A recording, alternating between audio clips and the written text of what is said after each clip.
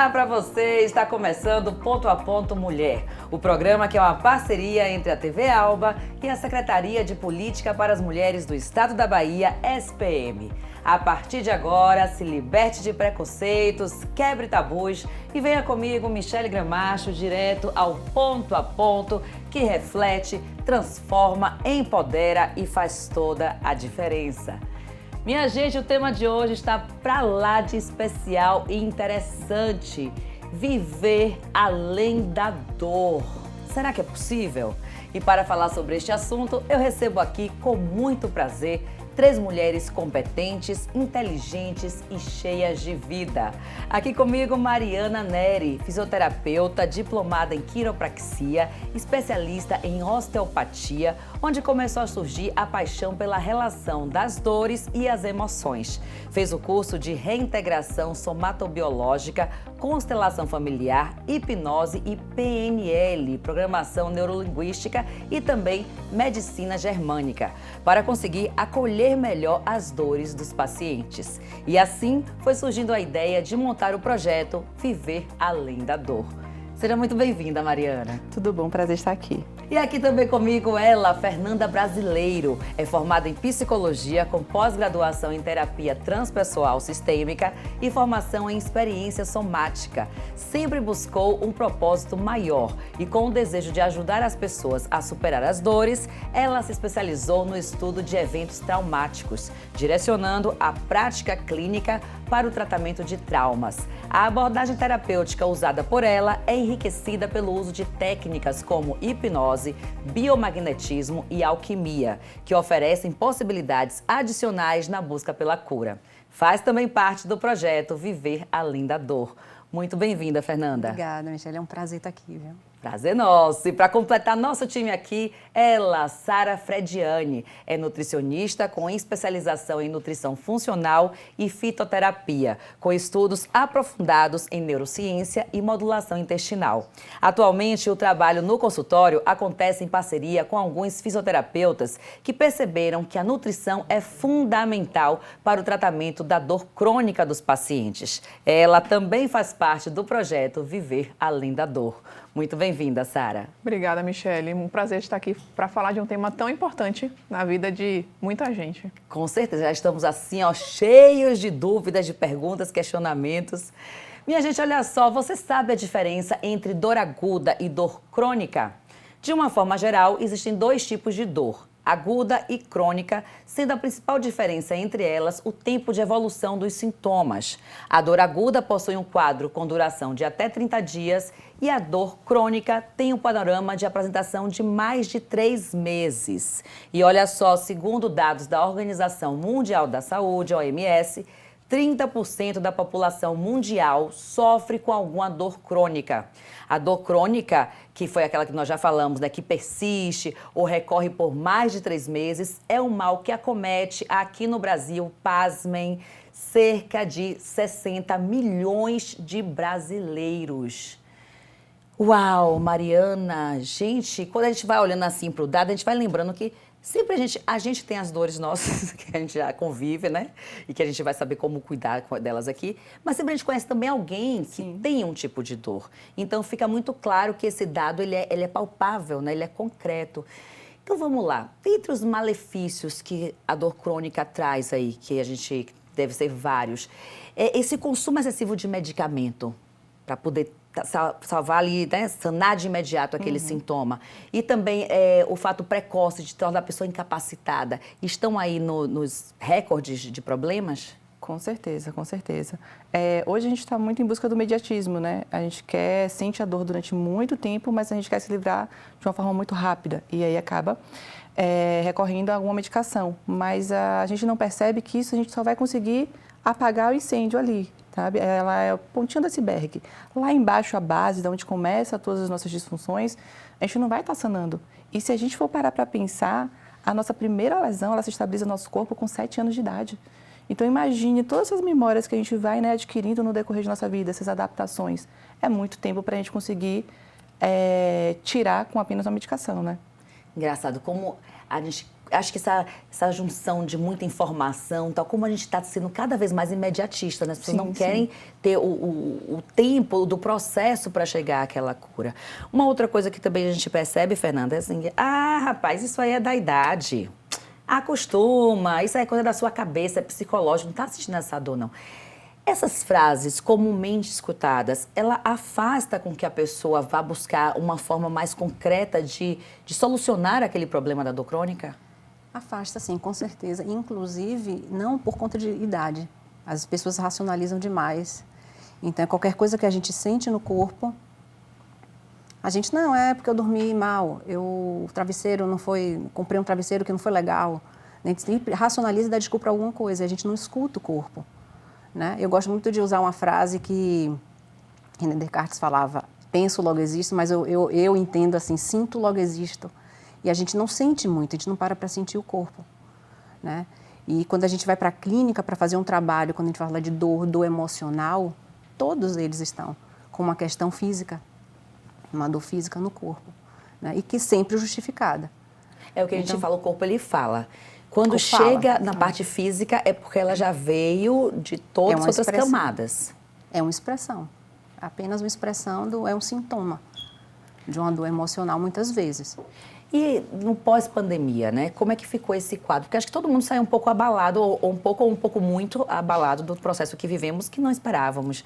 Então, você acha que aumentou essa questão de racionalizar e de negar? Para tipo assim, não, já passamos, vamos esquecer, então vamos negar que ainda... Porque estamos vivendo efeitos e acho que vamos viver por muito tempo. Por que negar isso? Estamos vivendo efeitos, sim, ainda da pandemia. A tendência as pessoas fazem muito isso, né? Assim, hoje a gente vê o fruto do que aconteceu durante a pandemia. Sim. Né? As pessoas estão chegando no consultório muito em função disso. Né? As relações dentro de casa mudaram, muitas coisas, as pessoas despertaram para muita coisa, pararam um pouquinho para se olhar o relacionamento dentro de casa, o relacionamento entre o casal com filhos, né? E o adoecimento mental levando ao adoecimento físico. E foram meio que pegos de surpresa, né? Onde tiveram que ajustar o ambiente de casa para o ambiente de trabalho. Sim, então, muitas das vezes não tinha uma logística, não tinha um espaço adequado para estar colocando o seu computador. E a partir disso também foram sofrendo muito mais. Tanto que na época da pandemia, no consultório, aumentou absurdamente o número de pessoas com dor pela questão, né, de estar dentro de casa e de não ter uma logística também adequada para estar trabalhando, né? Até a questão do próprio exercício, né? Que Sim, se reduziu a prática do muito, exercício sim, também por conta da pandemia. E uma coisa que eu vejo muito acontecer no consultório é que essas pessoas que foram para o home office, elas acabaram aumentando, às vezes, a carga horária de trabalho também. Sim. Então, assim, se perde um pouco o controle daquela. Você trabalha das 8 às 18, você tem 2 horas de almoço. Então, assim, você está em casa. Então, no final das contas, você acaba emendando tudo, muitas vezes. Tem alguns pacientes, eles acabam tendo um benefício, porque pacientes que trabalham distantes, eles ganham esse tempo de deslocamento. Do trânsito estressante. Exato, e aí conseguem encaixar. Mas isso, hoje, no momento pandemia, isso não existiu. Naquele auge, ficou tudo muito fora da ordem, exatamente, né? era tudo confinado. Então, hoje, consegue-se talvez adaptar algumas rotinas, algumas realidades, para tirar benefícios do que aconteceu, né? Gente, olha só, de acordo com a reportagem do Correio Brasiliense, existem algumas formas de modular a dor crônica. São elas, segundo a reportagem, evitar o excesso de peso, pois ele sobrecarrega as articulações e as células de gordura são inflamatórias, dormir e acordar sempre no mesmo horário, evitar a alimentação gordurosa, que é inflamatória. Depois eu vou falar um pouquinho disso, né? Dessa questão inflamatória, Sim. que às vezes confunde um pouco as pessoas. Fazer atividade, né, física que dê prazer e que o seu corpo aguente de forma saudável. E aí eu volto para você, Sara. Cuidar da alimentação, ela é sim um fator determinante no tratamento das dores? Com certeza. Eu digo que não só no tratamento da dor, porque a gente tem que pensar que um paciente que sente dor, inclusive assim, no conceito, quando a gente vai avaliar o conceito de dor, ela é muito individual. É a percepção individual da pessoa. Então, assim, a dor que eu sinto vai ser diferente da dor que você sente, diferente da dor que as meninas vão sentir. E é uma dor real. Ela vai existir ali e a gente não tem como dizer se... Isso é mensurar, né? né? Exatamente, dizer é da cabeça. Isso não existe. Só que a gente tem que pensar que aquele paciente que chega com dor, ele é um paciente que provavelmente dorme mal porque sente muita dor, ele é ansioso porque sente dor, aí ele come mais porque está mais ansioso porque sente dor, aí ele toma mais remédio e aí acaba piorando o intestino porque sente mais dor. E faz aqui, eu não vou fazer atividade física porque eu estou sentindo dor, então eu não vou fazer exercício. E aí acaba Aí vira alimentando sedentário, mais e aí ainda. ganha Vira peso. uma reação em cadeia. Exatamente. Então, a nutrição, no final das contas, ela atua diretamente na redução da dor, mas ela consegue atuar em todos os pontos que estão ali junto com o quadro da dor. E aí, quando você consegue melhorar a ansiedade de um paciente desse, reduzir a ansiedade, você consegue dar mais ânimo para que ele procure uma atividade física, para que ele perca peso, para que ele durma melhor. E aí, aos poucos, você vai. E aí não existe imediatismo. Porque é uma criação de hábito. Exatamente. Você tem que tirar do ciclo. E às vezes a gente no consultório, a gente precisa escolher por onde começar. Porque se a gente não vai conseguir atacar tudo de vez. Então você tem que ir de passinho em passinho ali para conseguir chegar no macro. Eu aprendi uma certa vez que eu sempre gosto das coisas alternativas, complementares, essas terapias e tal. E eu fiz uma vez uma terapia e aí ela colocava isso, a terapeuta. Você precisa olhar a sua vida e ver qual é a engrenagem que você precisa, o que está mais te dificultando, é sua área profissional, Exato. é sua área emocional, qual é a área? Mexa nessa engrenagem. E aí, depois, todas as outras engrenagens tendem a se ajustar. E é uma verdade, né? Exato. A gente consegue usar se usa muito a roda da vida, na terapia se usa muito, que aí é exatamente isso. Você pontua de 0 a 10 como está cada fase da sua vida, cada ponto, como está seu profissional, e você cria metas. Eu digo assim, existe um ponto muito importante, é criar metas e criar mecanismos de organização. Para a gente conseguir chegar num ponto, a gente precisa organizar nossa vida e enxergar ela realmente. Eu posso fazer isso aqui para melhorar isso aqui. Essa semana, o que é que eu posso fazer? Em vez de beber um copo de água por dia, eu vou beber 6. É isso, foca nisso. Bota a meta nisso para conseguir devagar melhorando. e sempre. Exato. Então, Fernanda, essa questão de, eu não tenho tempo para isso. Não é falta de tempo, é falta de organização do tempo. Falta de organização, às vezes é um auto-boicote. O auto-boicote. Fala um pouquinho sobre isso. Como é que a pessoa pode identificar que ela está se auto-boicotando? É difícil, às vezes, a pessoa identificar que está fazendo esse processo. A gente vê até em academia, as pessoas começam a fazer. Que pode ser por diversos motivos, né? Quando a gente fala assim, vamos organizar a parte da vida, a área profissional. Mas às vezes sua área profissional está bagunçada por uma questão lá da tua infância, por uma relação de pai e mãe, ou por experiências que você viveu ao longo da vida, né? Então a gente termina tendo que fazer também esse movimento de estar lá mexendo com a vida profissional da pessoa, mas tendo que pegar lá algumas coisas, né?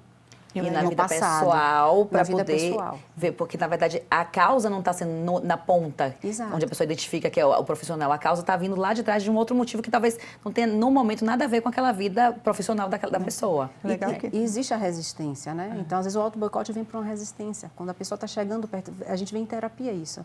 Quando a pessoa está chegando perto de alguma memória, quando ela está acessando, porque quando está em terapia a gente se abre para isso, né? Para essas memórias, para essas experiências.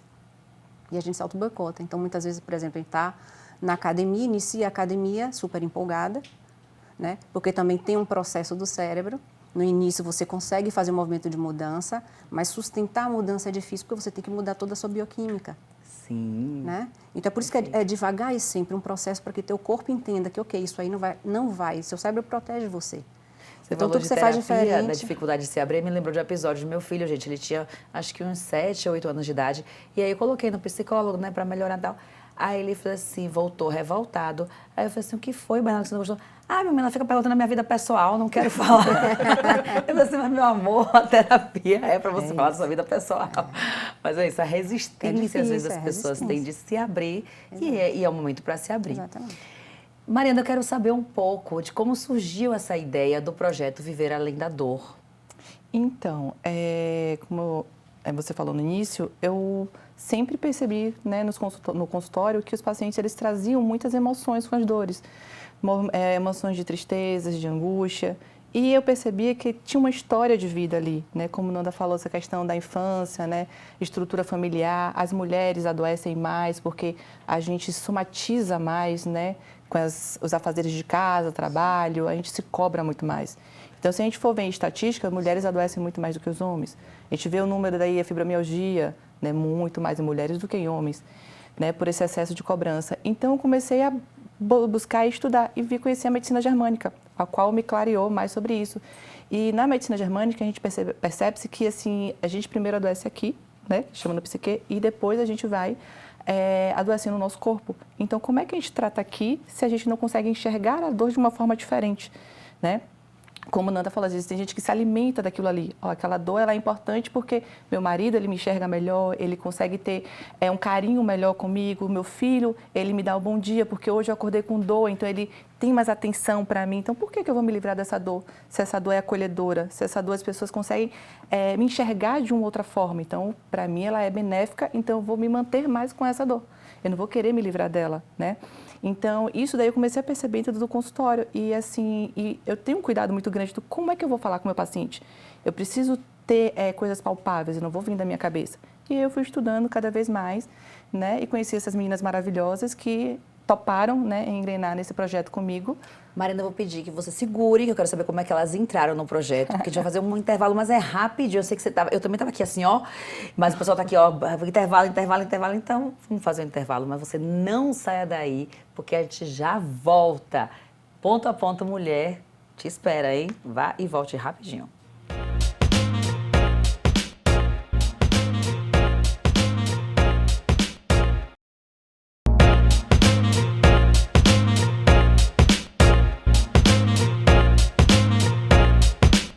Estamos de volta com o Ponto a Ponto Mulher. Hoje com o tema Existe Muita Vida Além da Dor. Gente, a gente foi para o intervalo. Mariana contava aqui como é que surgiu o projeto Viver Sem Dor e como é que as meninas aí entraram nesse projeto. Continue, Mariana, que a gente está muito aqui interessado nesse assunto. Então, como estava falando, dentro do consultório, eu fui acolhendo mais, né, os meus pacientes, percebendo essa questão da relação com a dor. E Sara, minha nutricionista, tá, que tenta aí me salvar um pouquinho, porque eu sou portadora de dor crônica por questões e eu percebi também como pessoa, como paciente, como a alimentação, né, me melhora. Melhora, a gente vê através dos exames, né, de sangue e Nanda, né, através do marido dela, que é meu paciente, que me falava sobre o trabalho dela, como me encantei. E aí foi como eu chamei as três para a gente juntar, para a gente estar construindo esse projeto.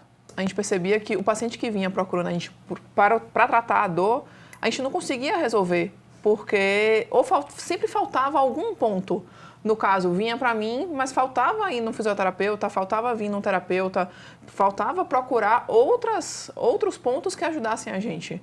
Então, e aqui a gente não encontra, muitas vezes, um profissional que trabalhe dessa forma. Então, aí surgiu a ideia, vamos juntar, vamos pensar, vamos mostrar para as pessoas que para você conseguir resolver um problema, você não pode tomar uma pílula mágica. Você tem que juntar várias vertentes para conseguir. É importante das profissionais estarem todas com o mesmo propósito, mesma linha de raciocínio, né? E de entendimento de terapia. Porque não adianta, imagine você sair e buscar um nutricionista que tenha uma linha totalmente conservadora. Mas você falou da Sara, mas não falou como é que foi a Fernanda. Vocês já eram amigas antes, já conheciam? Não, Nanda, o marido dela é meu paciente. E ele sempre me falava muito do trabalho dela. Ah, eu entendi que o marido de Sara que era seu paciente. Não. Então foi eu que fiz confusão, minha gente. Então já tá tudo certo aqui. Sara porque era nutricionista dela e o marido de Fernanda. Pronto. Isso, é porque além de jornalista e apresentadora, eu sou fofoqueira, entendeu? Eu tenho que saber exatamente como foi a história. Mas ótimo. Olha só, a nossa equipe de jornalismo, ela foi conversar lá com o povo baiano para saber como andam as dores do povo e o que tem feito para melhorar essa condição. Vamos conferir. Qual é o tipo de dor que mais incomoda a senhora? Nas pernas e a coluna. Mas se a gente for aí um grau de 0 a 10 a intensidade dessas dores aí, como é que elas incomodam a senhora? 9. Isso. E a senhora faz alguma coisa para diminuir essas dores? O que a senhora costuma fazer? Faço caminhada. Normalmente, como eu trabalho com tranças, eu sinto bastante dores nas costas e nas pernas. Incomodam muito? Rapaz, tem dia que incomoda. sim. E você faz algum tipo de... toma algum medicamento ou faz algum tipo de atividade para diminuir essas dores? Não, recentemente eu entrei na academia, né, para ajudar a fortalecer os músculos, porque eu vi que ajuda bastante nisso. Veja bem, eu sofro de enxaqueca crônica, que me deixa bastante incapacitada. Geralmente eu tenho que ir para a emergência para tomar medicamento na veia, a única forma de passar. Eu não posso ir trabalhar, às vezes eu não consigo nem sequer sair de casa para ir para a emergência mesmo, para me tratar. Às vezes eu fico de cama, a luz incomoda, barulho, e aí quando tá aquele sol, eu não consigo sair de casa, mesmo com óculos escuros. Depende muito do dia, às vezes, tipo assim, juntar a dor do joelho com cansaço não incomoda mais. Tipo, uns 10. E você tem feito alguma coisa para tentar diminuir essa dor, remédio, atividade física ou algo do tipo? Atividade física, eu acho que quando eu fico mais tempo parada, aí eu sinto mais ela. Abdominal. E por quê? O que é que... Conta aí, o senhor tinha acabado de falar para mim, quando o senhor recebe algum choque, o que é que acontece? Quando você recebe um choque muito alto, certo? Aí realmente ele incomoda. Aí incomoda e... Incomoda muito o abdômen. Incomoda muito, certo? E mais toma medicação, aí passa.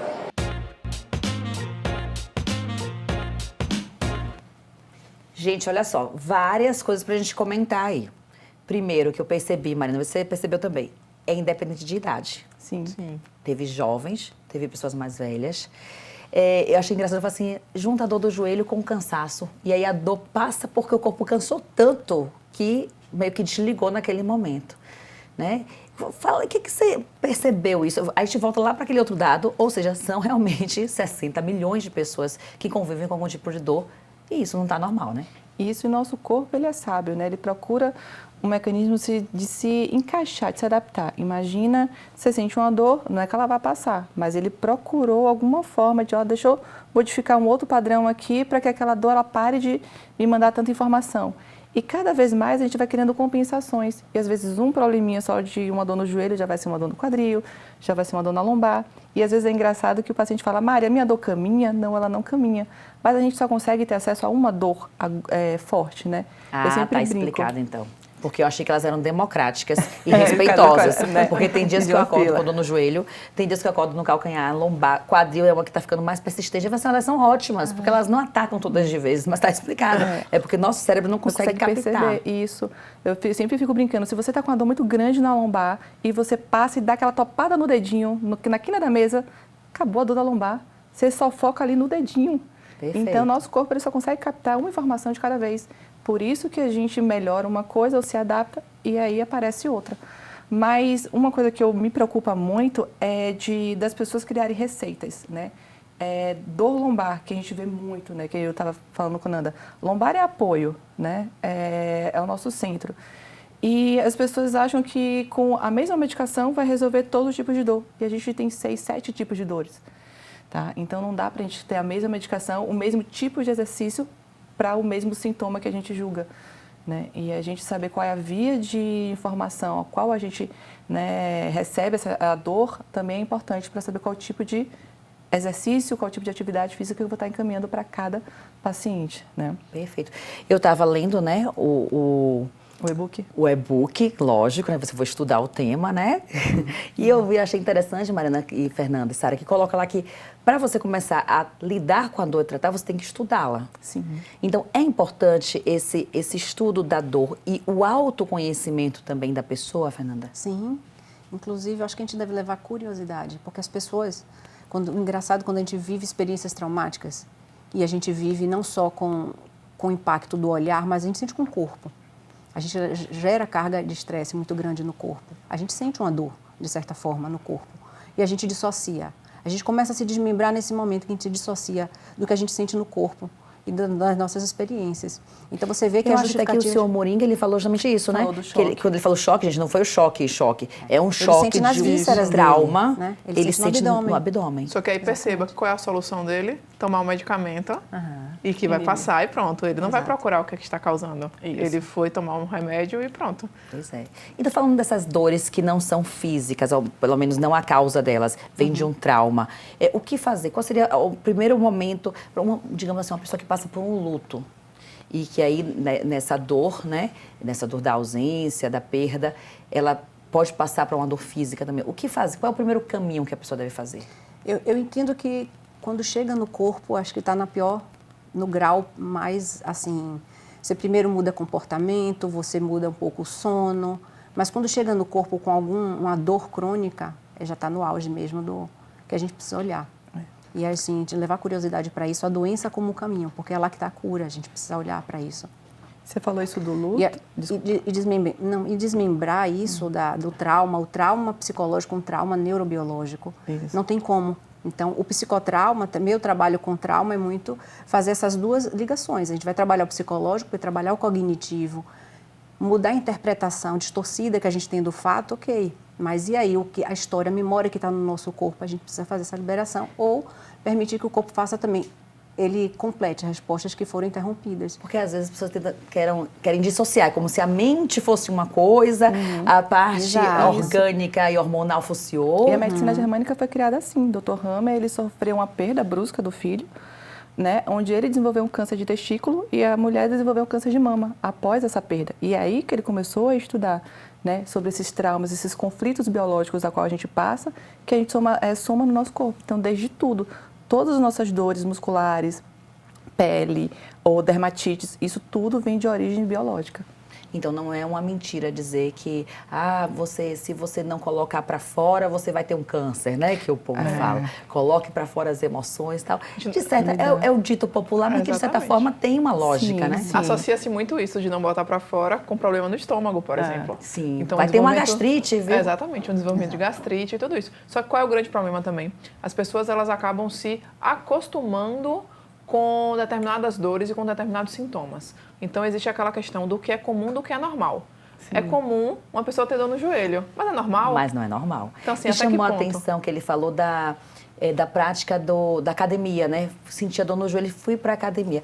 Fortalecer a musculatura não é só uma questão estética, é uma questão de funcionalidade para poder envelhecer com saúde, né? E aí eu digo que, hoje a gente fala que assim, quem quer envelhecer bem tem que começar a se tratar de jovem. Então, mulheres que querem ter uma boa menopausa, com 30, 40 anos ali, já tem que estar se preparando. Quando você vai pensar na musculatura, o público idoso é o que é o mais importante de conseguir fazer, porque é o músculo que vai proteger o osso de uma lesão, de uma osteoporose. Então, assim, o público que mais é sedentário, talvez, é o que menos se exercita. Pois é. E aí, por isso que tá essas complicações todas e as dores articulares, mesmo que a gente sempre vê, né? As atrofiações, tá disso daí. A gente está falando aqui, Mariana, dessa medicina, que tem a medicina convencional, né? Que é a tradicional, e tem as terapias, que são complementares, que são as alternativas.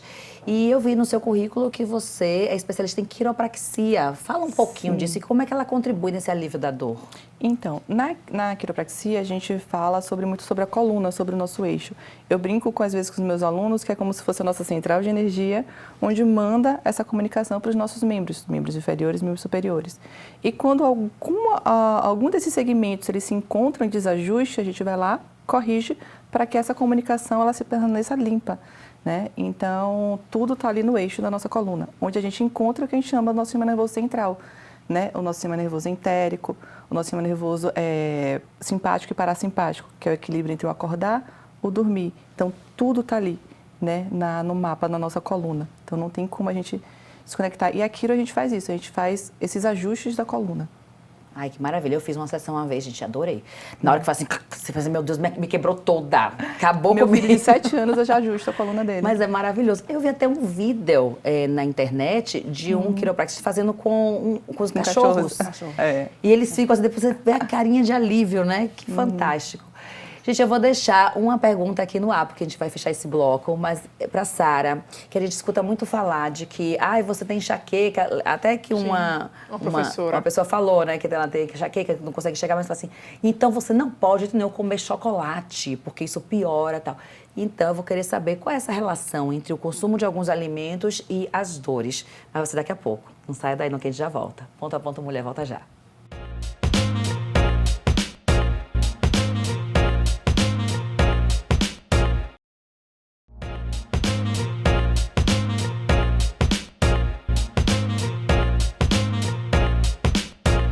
Estamos de volta com o Ponto a Ponto Mulher. Hoje o tema é: existe muita vida além da dor. A gente foi para o intervalo e deixou a pergunta aqui no ar para a Sara. Existe uma correlação direta entre alguns alimentos e as dores? Como falar assim, não come chocolate se você tem enxaqueca que vai piorar. É verdade? É mito? Existe sim alguns alimentos que diretamente podem estar associados à dor crônica.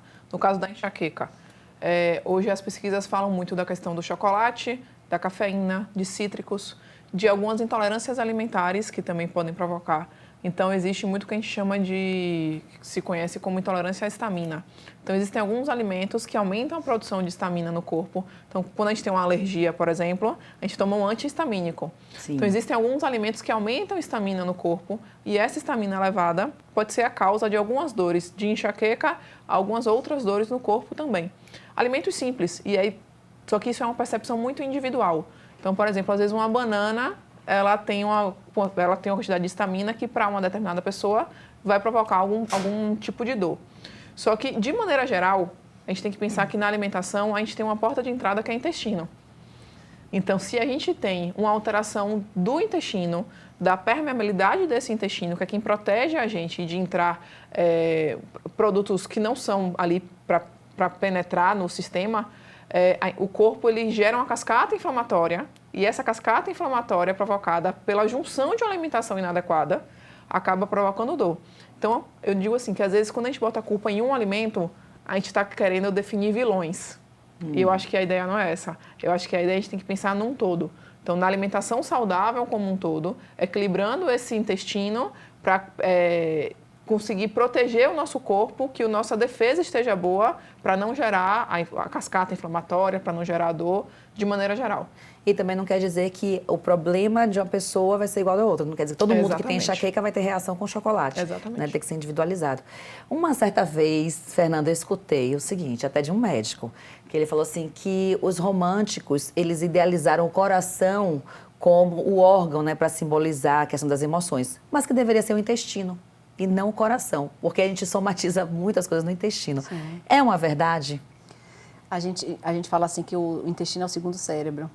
Né? Então, lá se produz muitos hormônios idênticos ao que é produzido no cérebro independente. Então, ele funciona independente do cérebro, em muitas vias. Então, a gente quando mexe, eu gosto muito de trabalhar com o ser humano em si, adoro fazer clínica, porque a gente percebe a individualidade de cada um. Então, a pessoa que chega em enxaqueca, que a gente fala assim, procura um nutricionista. A pessoa vai no nutricionista e resolve a enxaqueca. Tem outras pessoas que a enxaqueca já vem por questões emocionais, como eu já atendi pessoas assim, com terapia somática e resolveu o problema de enxaqueca. Outras pessoas que têm enxaqueca por conta do nascimento, da forma como foi o nascimento. Então, ela deixou esse registro. Então, o interessante é isso, né? Cada doença a gente não pode colocar numa caixinha e dizer que é dessa forma que a gente vai tratar. Então, por isso que eu acho importante esse trabalho multidisciplinar, com profissionais que têm esse olhar ampliado. Pô, eu estou tratando aqui essa pessoa com o mesmo problema, já tem muito tempo na coluna, deixa eu ver se tem alguma questão lá nutricional ou, sabe, com terapia. Então, e a gente também tem esse olhar, eu sempre pergunto, como é que estão os exames clínicos? Perfeito. Né? Já está com um problema musculoesquelético muito, muito forte na lombar, vai fazer umas sessões de terapia para fazer uma liberação, porque ali também pode ter um excesso de carga traumática, de estresse. Então, para ajudar, está na terapia. Nós somos muito complexos para querer solucionar de forma mais simples, né? E não estamos dizendo aqui que fica de lado a medicina tradicional, não, de hipótese alguma. Mas tem que ser tudo integrado, né? Interligado. Aí eu fiquei também curiosa para a gente falar de alguns aspectos. Eu sei que não dá para a gente entrar bastante em detalhes, mas fazer um resumo assim, do que seria a constelação familiar, a hipnose, PNL, Mariana. A gente fala muito sobre a questão da infância, né? Nossa criança ferida. E a gente é o que a gente viveu quando criança. A forma como a gente enxerga um ambiente, a pessoa a qual eu me torno. E quando a gente fala sobre dor, a gente não é questão somente do que eu sinto, é a forma como eu sinto aquilo, a emoção que eu sinto. E na programação, a gente modifica esse padrão. Né? Não adianta só você, eu fui assaltada, né? Eu ser assaltada. Como a emoção que eu senti com aquele assalto. E eu modificar a forma como eu enxergo ele. Então, isso a gente também trabalha nas nossas dores, a gente modificar como eu enxergo a minha dor. A minha dor na lombar é angustiante, eu choro, sabe? Ela é uma carga preta, para daqui a pouco não, minha dor na lombar ela é algo mais suave. Eu consigo fazer minha atividade física, eu consigo fazer tudo. Porque a gente coloca também muito com uma questão da... minha mãe é assim, meu pai é assim, então eu sou assim. Não, né? A gente percebe com a epigenética que a gente consegue modificar alguns padrões. Né? Se a gente se coloca em um ambiente saudável, a gente consegue, né, dar estímulos saudáveis para o nosso corpo e vice-versa. Então, a gente consegue mudar padrões, a gente consegue melhorar essas condições, né? E a hipnose e a PNL me trouxe muito essa melhora, né, de estar modificando isso com o paciente. Perfeito. E falando da microbiota, o que é isso e como é que ela pode ajudar? Qual é a relação que tem com a dor? Então, quando a gente vai pensar, é o que Nanda falou, né? Muita gente fala que o intestino é o segundo cérebro, mas que hoje a gente já pode dizer, às vezes, que até o primeiro cérebro, às vezes, pela relação que tem. E é a porta de entrada do corpo. Então, eu costumo dizer que é como, a gente para ter uma ideia, o tamanho do intestino é uma coisa imensa. E ele é como se fosse uma escova. E aí, como tem escova, ele tem várias cerdas em que a gente absorve os nutrientes nessas cerdas. Então, ele é um ambiente fechado para proteger o nosso corpo, formado por bactérias boas e bactérias ruins, em que existe um equilíbrio entre elas. Quando essas bactérias elas estão desequilibradas, existe o que a gente chama de disbiose, que pode vir por N motivos. Por exemplo, pessoas que usam os inibidores de bomba de prótons, que, por exemplo, para tratamento de refluxo, que é um uso aleatório hoje, não é por prescrição.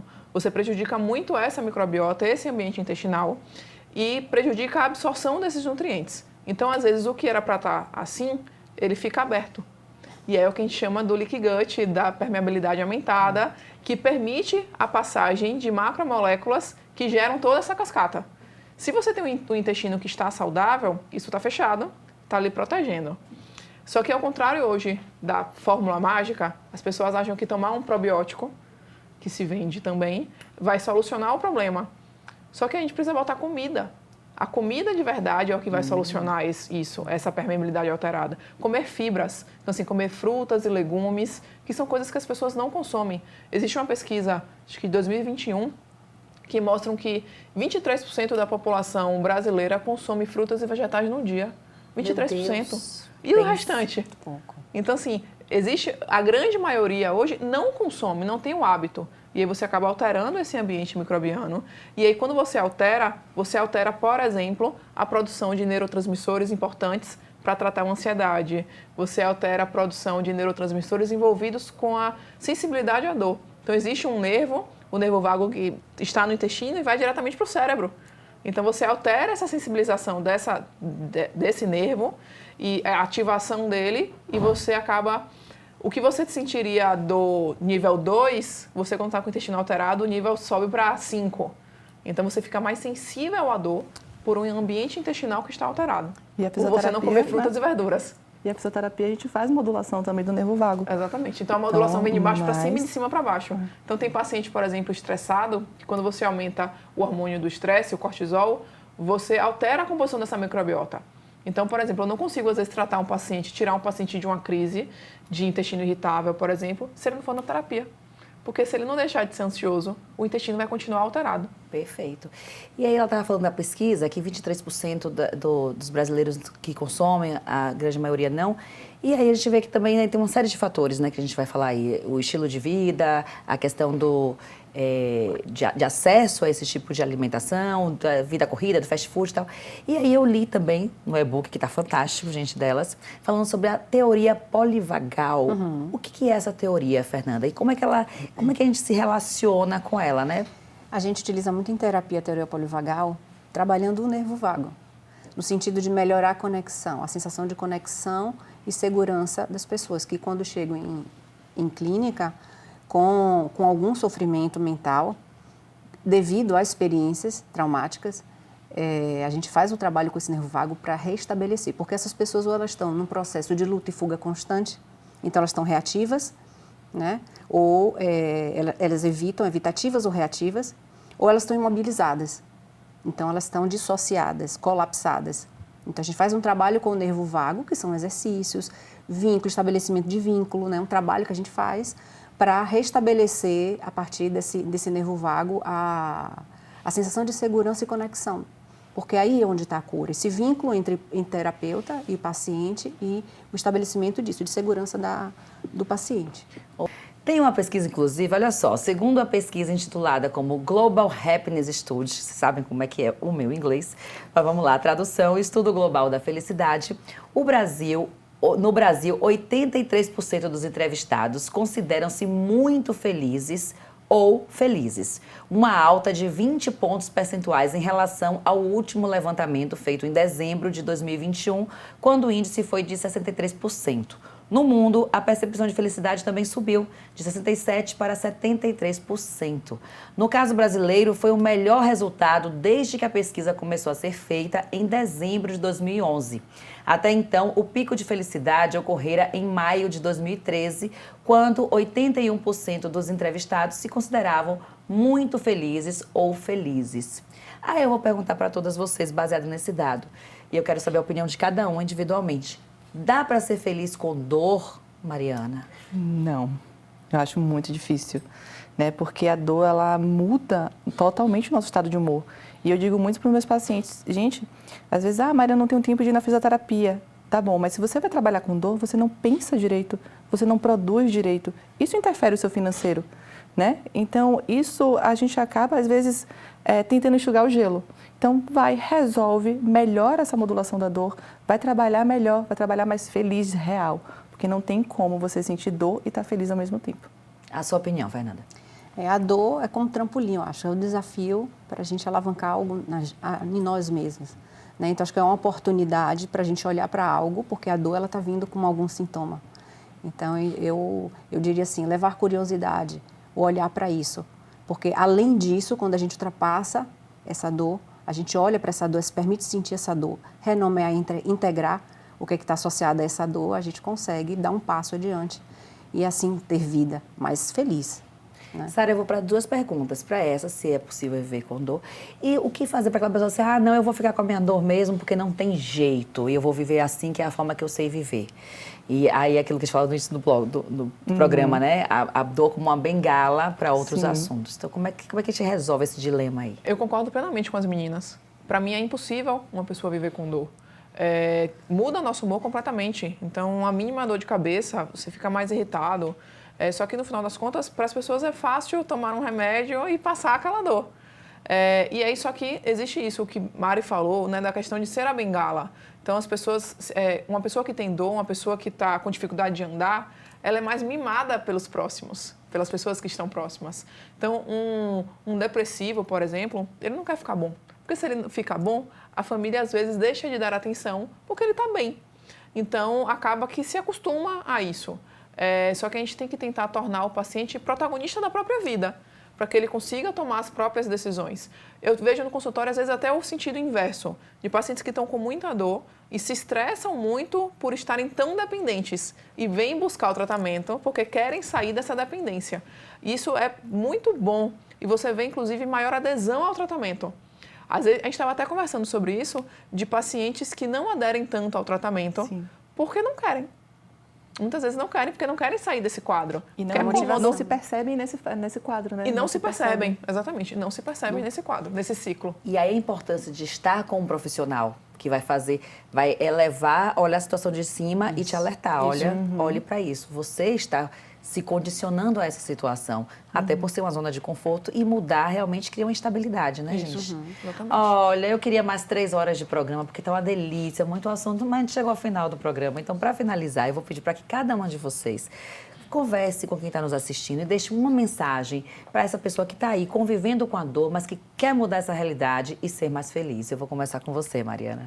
Então, a gente é a forma como a gente enxerga a vida, né? A gente é o que a gente come, a gente é o que a gente pratica. Então, cuide do corpo, cuida da casa que você mora, né? Nosso corpo é a nossa moradia. Então, se a gente cuida da gente consegue cuidar de todo mundo que está em volta, né? Então, cuide-se.